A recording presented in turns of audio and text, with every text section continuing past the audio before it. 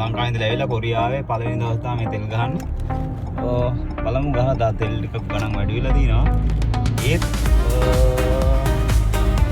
ලංකාවට වැඩි ගණන් අඩුයි මෙහි. අඩුම පඩිය ලක්ෂ 4මාරක් 5ක් විතර එනවා කොරියාවේ කම්කරුවෙන්දි. මේ වැටුපොළ සරලා දැන්.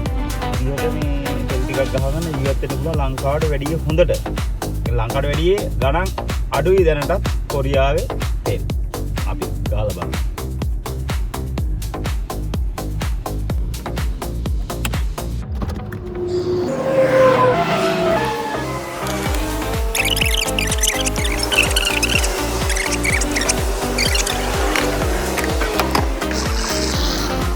අද තෙල් ලීටරයක් මේ ඩීසල් ලීටරයක් අද 2038යි කියන්නේ.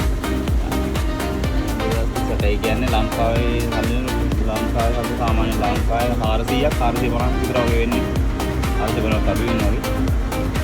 ඒ බැලුවත් කොරියාවේ ලංකාවට වැඩිය කොරියාවේ ගණන් අඩුයි. මේ අද 2026 4යි 9 QR කෝඩ් නෑ.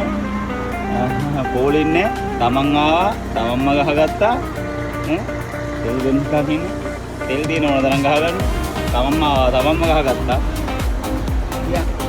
මේවා තමයි ඉන්න හිතන රටවල්